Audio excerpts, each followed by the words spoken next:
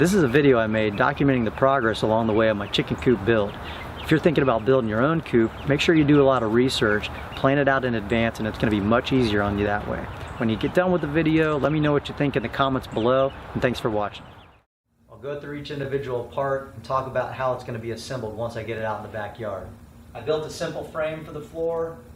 It's 6 feet long by 4 feet wide. At the end of each frame, I'm going to set a 4x4 post. So I'll set each 4x4 post in the ground, and then I'll put my floor, my deck, on top of that, get it mounted, and we'll build up from there. On top of that, I've got each wall. So I've got my left wall and my right wall. This wall is where the chicken box will be. The chicken box is probably the most difficult part of my build. I've got 3 boxes. They're about 1 foot wide each and about 1 foot deep. I've got 2 inserts which I can remove. I'll remove them if the chickens decide they want more room and they want to all lay in there together. Sometimes you'll see boxes which have no inserts, sometimes you see boxes which have inserts. I'm going to start with the inserts and we'll go from there.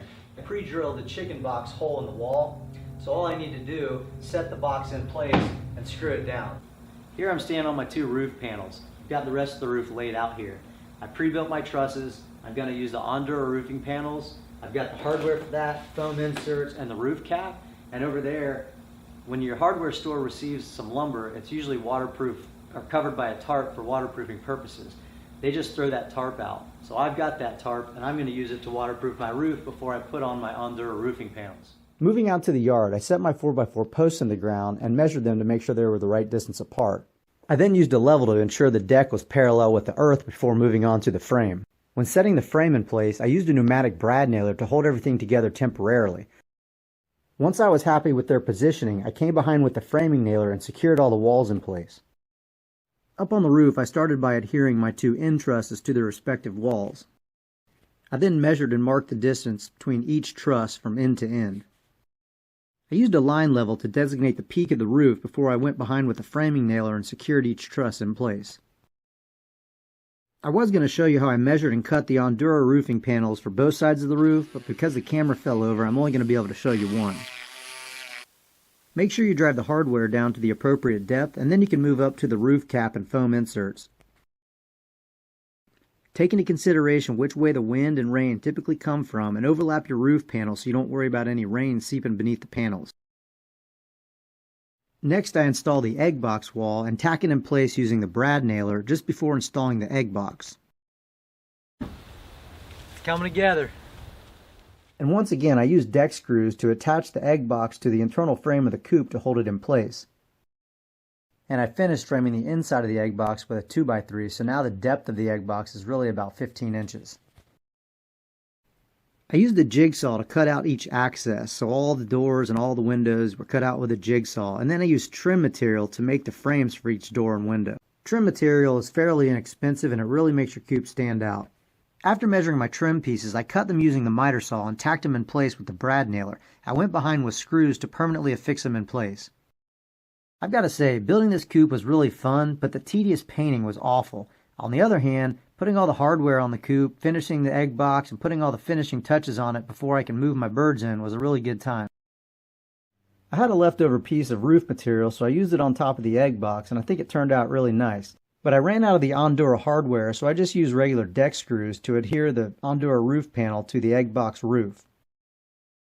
I couldn't make up my mind on how I wanted to build my run, so I went back and forth between various designs before finally choosing a design that I liked. I've got to admit, building this run by myself was a little difficult because I didn't have the extra hands to hold things in place while I fastened boards together. After completing the run, I painted it, covered it in hardware cloth, and buried chicken wire in the ground as an extra layer of predator protection. I can't tell you how many staples I use attaching the chicken wire and hardware cloth to the run. You can't be too careful though. The door I'm using is a chickenguard Extreme, and I chose it because it has a locking mechanism in the down position, and it opens and closes either by light sensor or by a timer. I initially used the light sensor, but she stays out later than she's supposed to, so she get locked out at night. Now I use a timer and I have it close about an hour after the sun goes down. These are my windows, and they're a total afterthought. I was initially going to buy windows, but they're a little expensive, so I built these with trim material, plexiglass, and I used a router bit on the trim material to create a groove that the plexiglass would sit into nicely. I then silicone caulked them in place and used deck screws to adhere them to the wall. I built this window to give me an easy view into what's going on inside my coop. To get inside the coop, you just open this latch and you're in. I've got a hanging water and hanging feeder in there. I've got 2 perches and I've got a heat lamp because it's going to be in the 30s tonight. My chicks are only 5 weeks old at this time. Notice a round vent at the other end, and on this end I have a rectangular vent. These are just regular old AC vents you can get from the hardware store. Up in the overhead, you'll see I have a security camera. It's Wi-Fi enabled, so I'm able to see everything that my chickens are up to on the inside. Here's a glimpse through the eye of my coop cam. It tilts and pans, so I'm always able to see what my birds are up to. I can see whether or not there's food or water, and I can see whether or not the doors are open. I liked my coop cam idea so much that I installed another one outside of my run. Not only do I like seeing what my birds are up to, but my run cam enables me to see the front door of my coop or the front door of my run to make sure they're closed. Currently, to power my coop, I'm running an extension cord attached to a power strip that I stick inside the egg box. In the future, I may run something a little more permanent. Now, at the store, you'll find these various bins with all the different hardware you're going to need to put on your doors. The only thing that came in a kit was the door hardware I used for the run. Let's go check that out. I got my door hardware kit online, and it comes with spring-loaded hinges, a locking mechanism, door handle, and all the hardware necessary. The spring-loaded hinges are a must because if you forget to close your door, it closes almost all the way for you, so your chickens aren't running around the neighborhood. To keep my birds dry, I've got this clear plastic roofing material, and you'll notice oyster shell that's lining around the outside of the run. The reason for that is because when the water drips off the roof, it splashes in the dirt, which splashes back up on the coop, and to keep it clean, this oyster shell is doing its job.